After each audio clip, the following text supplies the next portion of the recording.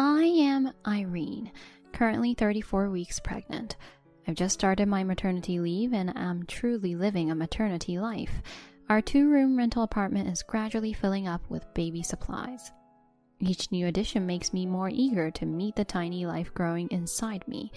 While slowly making coffee, I called out to my husband Ben, who was diligently assembling the baby crib, following the instructions. Let's take a break. I prepared black coffee for Ben and decaffeinated coffee for myself. I also opened a tin of cookies we had received earlier. It smells good. Right? I grinded the beans today. I really miss having good coffee and alcohol. It's still a long way until I finish breastfeeding. You're getting ahead of yourself. The baby isn't even born yet. Ben came over laughing to drink his coffee. Is it difficult?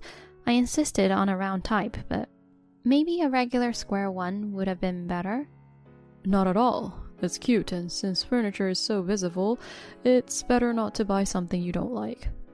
We are spending a leisurely Saturday afternoon, realizing these moments will become scarce, making them feel exceptionally special and luxurious. Delicious. What are these cookies? Ben, a connoisseur of Western sweets, seems to immediately discern the subtle differences in the butter used in the cookies. I smiled at his surprised and delighted expression. You like them? Sophie brought them as a souvenir from her trip to Paris last week. They're from a famous shop. Really? Sophie always has good taste in gifts. Oh, let's ask her for a recommendation for our anniversary dinner. It'll be our last fancy dinner as a couple before the baby arrives. Got it. But don't eat too much, or you'll gain weight. I said this with a smile, watching Ben continue to eat the cookies. Sophie has been her childhood friend for over 20 years, always looking out for me, often joking, "It's nerve-wracking watching you, Irene." After college, I joined a company but quit within a year due to a mismatch. At that time, Sophie offered me a job at her father's company. Sophie's father runs a motorcycle-related business from a prefabricated office on their property. Grateful for the offer, I have been working there since. Sophie's father, considering my maternity leave and return to work, surprised me with his understanding and flexibility. Really? Are you sure? You'll find a replacement, right? If you would come back, we'll hire a part-time worker for the duration. Work is easier with you around and we don't have to be on our toes. Of course, if you want to focus on childcare, that's fine too. Working for a small company, I never expected such consideration and had intended to resign. I felt both joy and a sense of guilt, but I immediately responded, "I'll come back, definitely." When I told Ben, he was happy, saying, "That's a big financial relief." So having finished work last weekend, I am now enjoying a relaxed maternity life starting this week. What should I do every day until the baby is born? Just relax. I hear it's tough after giving birth. Yeah, you're right. I can't quite imagine it yet. What will it feel like? But staying at home this week has already bored me. We got most of the baby stuff already, so there's no reason to go out except to the hospital. I heard walking is good. It might be tough to walk outside in January, so how about window shopping at the mall? Convinced by Ben's suggestion, I decided to visit the shopping mall for a walk starting next week. That day, feeling bored with the usual mall, I decided to try a larger mall 2 stations away. As I reached full-term pregnancy, my belly became heavier, so I strolled around the mall, then taking breaks on benches. Despite this, being in a new mall lifted my spirits. Just as I was about to stand up, I suddenly spotted Sophie. Sophie works at a beauty salon and usually has weekdays off. I was delighted to see her and thought of inviting her to a cafe, so I called out to her. "Hey, Sophie!" Sophie, seemingly confused about where the voice was coming from, didn't notice me and, with a wondering face, started walking again. As I supported my heavy belly and tried to follow her, I heard a familiar voice from behind saying, "Sophia, wait up," and saw the person hurry past me. I stood still, watching the man's back as he passed. The person approached Sophie was none other than Ben. Shocked, I gasped, turned around, and hastily hid my face. "You're late, Ben." "Sorry, got held up at a client's. Had an appointment, but things didn't go as planned." "That's terrible." "Yeah, I can't stay long. I have to get back soon. What do you want to do? Geez, let's just have lunch together today. Then Sophie took Ben's hand, intertwining her fingers with his, and they started walking towards the escalator. Hidden, I watched them, feeling like I was in a nightmare. I wondered what was happening. There must be a reason. Maybe Ben is asking for advice from Sophie to surprise me with a gift. But such hope felt empty. There's no other way to interpret a married man walking like a couple with another woman. Moreover, Ben never called Sophie Sophia when he was with me. Faced with this unintended reality, I had no choice but to accept and acknowledge that they were having an affair. I stood there, dazed, for a while, but lacking the courage to delve further into their relationship, I decided to return home, head bowed. Back home, sitting on the sofa, I could feel my heartbeat quickening and gradually felt anger rising towards Ben. How could this happen? Why? It seemed utterly inconceivable. With my delivery approaching, I wondered why such a thing was happening. Why with my best friend? Why with someone our families are close with? Why with the daughter of the owner of the company I work for? Uncovering the truth about Ben and Sophie's affair meant potentially losing my husband, best friend, and job all at once. Feeling my lips tremble, unable to contain my anger, I raised my voice. "Why are you doing this? Don't make a fool of me," and threw a cushion to the floor. My blood pressure rose and I felt blood rushing to my head. I took deep breaths to calm myself down. Trying to pick up the cushion, my protruding belly got in the way. Feeling the baby inside, I apologized in my heart and tears started to fall. I can't forgive this betrayal. Being at home started to feel unbearable. I didn't know how to face Ben when he returned, and I wanted to avoid letting him realize that I knew about their relationship.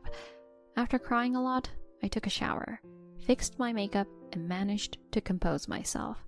Although I couldn't hide the swelling from crying, I prepared dinner and tried my best to greet Ben as usual. "I'm home." As usual, Ben returns home, whistling while washing his hands, and seems in a good mood from the smell of dinner. He inquires about my day, but my gaze towards Ben is cold. "Did you go to the shopping mall again today?" Yes, it was warm enough that I didn't need a coat. Have to walk for the baby's sake. "Are your eyes swollen?" Yes.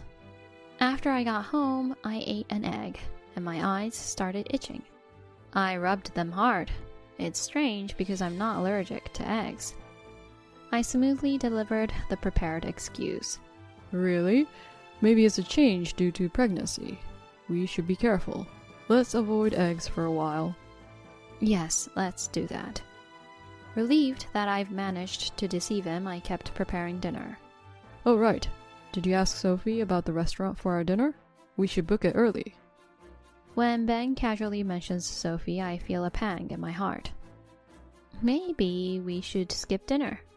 "Why?" My eyes suddenly swelled up today. I'm afraid something might happen at the restaurant. "I see. I was looking forward to our last date, but okay. Your health is more important." Internally seething with anger, I clench my fists under the table and restrain my emotions. After dinner, Ben sits on the living room sofa and starts playing games as usual. While cleaning up in the kitchen, I glare at his back with anger, but Ben, engrossed in his game, doesn't notice my gaze. For several days, my heart was unsettled with anger and sadness, but I gradually became calmer. I need to think about the future for this child. Should the child grow up not knowing its father, or maybe it's better not to have such a terrible father from the start. I choose the latter. Once resolved, I immersed myself in gathering evidence of Ben and Sophie's affair. I was able to easily access Ben's credit card statements from his computer, revealing long-term infidelity.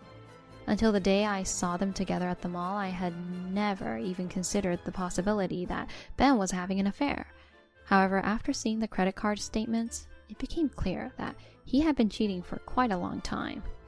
Purchases at women's brand stores and payments at famous restaurants I've never visited with him are recorded. It turns out Ben booked a flight and hotel in Paris for the same period Sophie was traveling there. He said he had a business trip, but he was actually on an affair trip with my childhood friend. They probably chose the cookies together as a souvenir, and Ben pretended to see it for the first time and ate it in front of me, feigning excitement. Since Ben and I kept separate finances after marriage, I was unaware of his spending.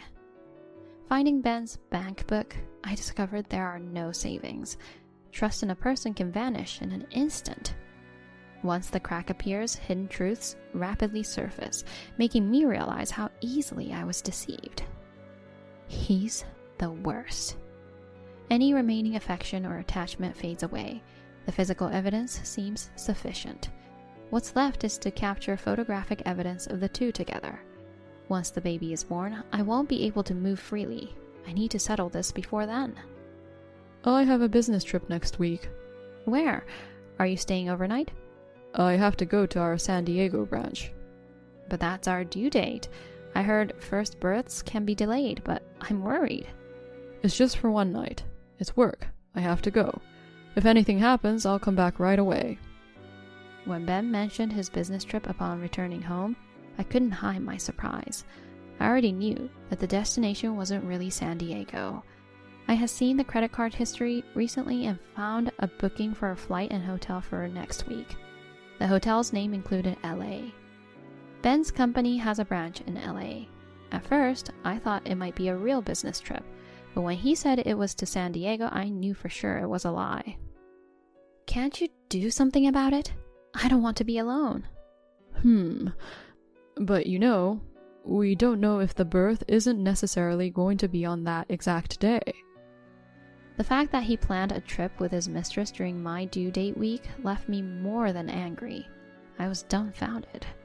He probably doesn't love me anymore. I felt like crying out of frustration, but Ben, mistaking my tears for anxiety, embraced me and said with unwarranted confidence, "It's okay. I'll come to you even in the middle of the night if anything happens." Feeling nauseous just from Ben coming closer, I gently pushed him away and said, "Right, you can't do anything because it's work. Sorry for bothering you," and kept my distance. Next week, I'll have the evidence. Hoping not to go into labor, I wanted to get proof of his infidelity during his trip. The most important thing is to safely deliver the baby, but I desperately want evidence of them together, no matter what happens. Next week arrived, my belly still large, and the day of Ben's fake business trip. Ben was preparing his suitcase. When I commented, "You seem excited for a business trip," he became irritated and snapped, "No way. I'm going for work. It's not fun." I really wanted to follow him and catch him in the act, but it was impossible in my condition, so I decided to ask my brother for help. After telling him everything, he was, of course, furious. My brother and Sophie's brother were classmates and still keep in touch. He agreed to wait at the airport, determined to do something about it.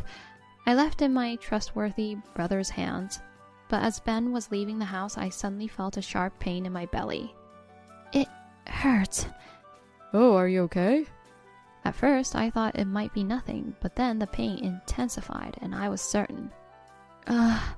What should I do? I think I'm having contractions. You're kidding, right? Now, when I'm about to leave? Ben looked at me, pale-faced. Are you okay? Should I call a taxi? Can you go alone? Aren't you taking me to the hospital? Won't you stay with me?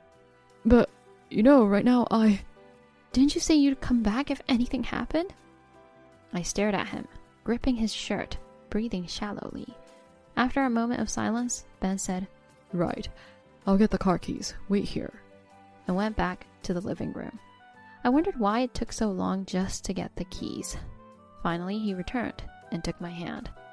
"Are you okay? Can you walk?" "I can walk, but it hurts." I got into the car, gritting my teeth, and Ben drove off roughly. It takes 20 minutes to the hospital. I reclined the passenger seat to endure the labor pains. I had no chance to contact my brother. It was that intense. When we were 3 traffic lights away from the hospital, Ben's phone rang. He was startled, but then the light turned green, so he had to keep driving. The phone was connected to the car's Bluetooth, and Sophia was clearly displayed on the navigation screen. I gathered my remaining strength and pressed the call button on the navigation screen. Hey, what are you doing?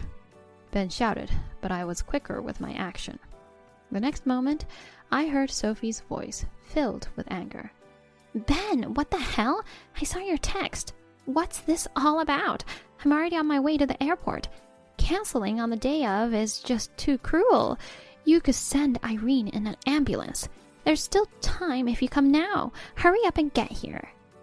Her words mixed with my physical and emotional pain, and I let out a silent scream. Ben quickly ended the call and continued driving in silence. Unbelievably, when he parked at the hospital entrance, he grabbed my arm and dragged me out of the passenger seat. His force caused me to fall to the ground. You'll be fine now, right? Well, I'm off on my trip. Good luck with the birth. With that, he got into the car, sped off, and disappeared. People in the rotary, shocked by the surreal scene, hurried into the hospital to call for help.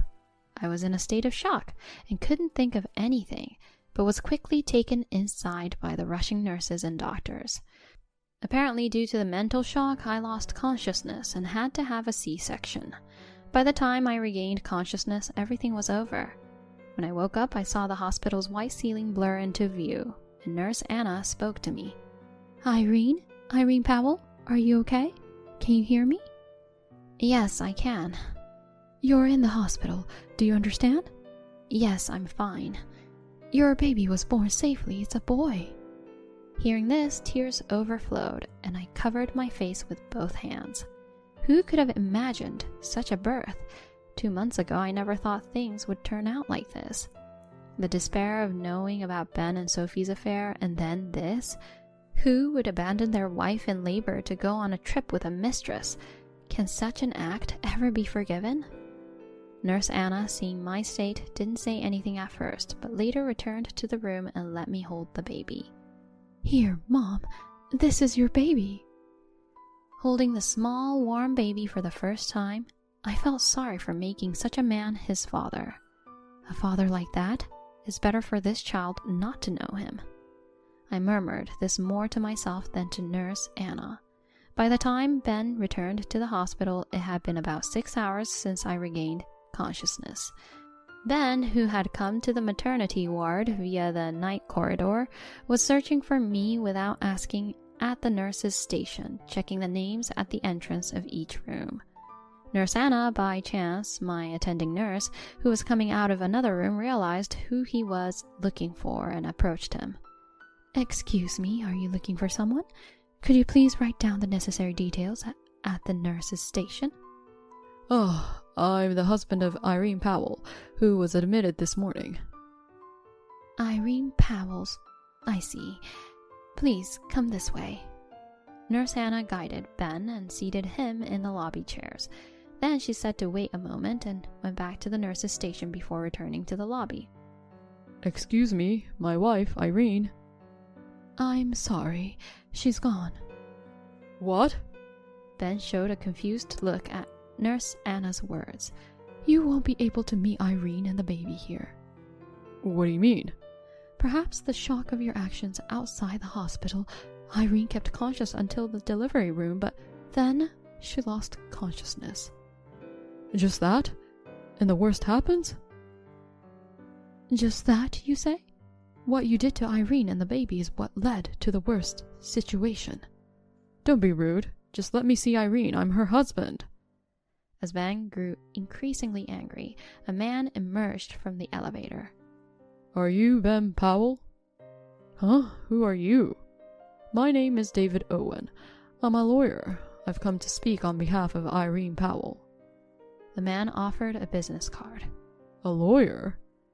Ben looked at the man in surprise. Yes, Irene wishes to divorce you and has asked me to represent her. But you, just now, said Irene was dead. What does that mean? Ben glared at Nurse Anna. I didn't say that. I said Irene is no longer here, in this hospital, meaning she is not in this hospital anymore. Perhaps lawyer Owen can explain further? Let me add something. You're Ben, right? The act of dragging your wife out of the car was caught on the hospital's surveillance camera. It was deemed a very dangerous act. So, protective measures were taken for Irene and her child. Therefore, we cannot disclose her new location. That's not true. I properly dropped her off at the hospital. How is that violence? I cut my trip short and came back right away because I was worried. Was it a business trip to LA? You must be tired. Yes, I rushed back from LA because I was worried about Irene. Where did I go wrong? Lawyer Owen seemed to laugh involuntarily at Ben's words. What are you laughing at, huh? Sorry, that was rude of me. I just didn't expect you to reveal your own lies so easily. Ben, you were supposed to be on a business trip to the San Diego branch today, right? That's what Irene told me. Ben suddenly started sweating, realizing what he had said. So it was a pleasure trip to LA, and your companion was Sophia Hansen, correct? Do you also remember the phone call from Sophia that Irene heard in the car? That was a wrong number. I was just as surprised as anyone when I heard the shouting. It's a misunderstanding on Irene's part. She was confused because of the labor. So you deny any relationship with Sophia and claim your innocence? Of course. Enough of this. Understood. I will convey that to Irene. We'll end our conversation here for today. Hey, you're not going to let me see Irene and my child? Ben shouted in dissatisfaction, but Lawyer Owen bowed politely and left the hospital. Thank you. With nurse Anna's help, I was able to transfer with my child. The next day, I expressed my gratitude to Lawyer Owen after hearing what had happened. Ben denied everything, but we have your evidence, the hospital's surveillance footage, and decisive photos taken by your brother at the airport. It's impossible for him to deny or escape. It's confirmed he wasn't in LA or San Diego for business. Why did I fall in love with and marry such a man? I've finally seen him for what he is. I murmured while looking at my peacefully sleeping child in my arms. You feel nothing for Ben is a good thing for you. It will save you from additional hurt when the divorce proceedings move forward. In my line of work, I've seen many divorces, but rarely someone like your husband. I'm sorry. Well, Ben will probably need to get a lawyer and take action in the future. For now, just wait quietly. We're preparing everything, so Irene, please focus on recovering after giving birth. Thank you. I appreciate your continued support. The 4-person hospital room was full, and in the evening, new fathers who had finished work early came to visit, filling the room with happy laughter. That laughter was painful for me, and I wanted to move to a private room, but I told myself that such environments would be common in the future and endured it. The visit from my brother, who came just before visiting hours ended, was a great relief. I'm sorry, brother, to worry you. As soon as we met, I immediately apologized, and my brother shook his head gently. So cute. Wow, so tiny. While holding the baby, he looked at his new family member earnestly and told me, Mom and Dad worked hard today. They're too tired to visit, but they said congratulations. Thanks, I really appreciate it. I'll properly thank you once things settle down. Don't mention it. It's no big deal. After being informed by the nurse that visiting hours were over, my brother bowed slightly and left. On the day of my discharge, my brother, who had taken a day off, came to pick me up, and I decided to go to my late grandparents' vacant house. I chose this location, anticipating that Ben would likely come to my parents' house. Ben didn't know about my grandparents' house, so I decided to live there with my child. As soon as we arrived, my parents rushed out to hug me and cried for the hardship I endured. They were delighted to see their first grandchild. We moved the baby's things and your belongings from the apartment as you instructed. If there's anything you forgot, we can go back and get it. Thank you. I'll buy anything we need. Sorry for making you do a daytime escape. You must be tired. The room was tidied, and the dust was cleaned. It was clear that my parents had cleaned daily for me and their grandson, and I was filled with gratitude. Finally, having some time to think, I decided on the name Sean for my child. On the first weekend after my discharge, Ben, as expected, visited my parents' house. Instead of storming in angrily, he appeared with a trembling voice and a tearful face. My brother handled it, saying, I won't let you see Irene. Despite this, Ben stubbornly refused to leave the doorstep. After being threatened with a call to the police, Ben finally broke down in tears. I've decided to break up with Sophia. I want to start over, like when we first dated. Please, forgive me. My brother relented slightly and said, I'll allow a phone call. He then called my new number from his phone. My brother made sure the conversation was on speakerphone so he could hear. Irene, I'm sorry. From now on, I'll cherish you and the baby. I want to start over. Do you understand the gravity of what you've done? Throwing me out of the car put both me and the baby at risk? I will never forgive you. I have no intention of starting over. We should discuss this through lawyers for a divorce. Think it over. Without you and after being left by Sophia, I have nothing. How am I supposed to live? Wait, left by Sophie? You're not ending it on your own, but she's leaving you, and that's why you're coming back to me? I'm appalled. It's inexcusable. Take responsibility for your actions. You're an adult.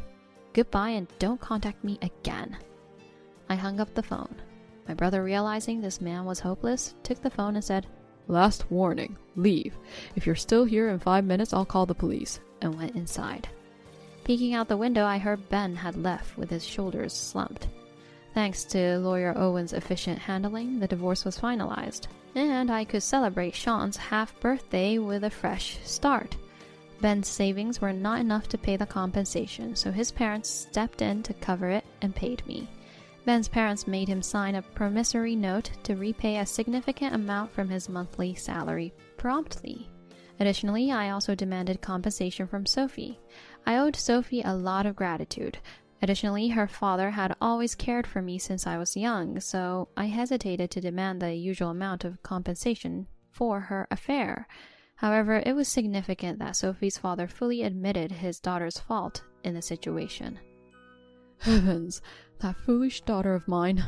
Irene, don't hold back. Get even. It might help change her for the better, he said, tears of frustration in his eyes. Recently, Sophie contacted me through my brother wanting to meet. I agreed to meet her at a child-friendly cafe near my parents' home. She looked thinner and more worn out than before. Sophie confessed that she had always been irritated with me since we were kids.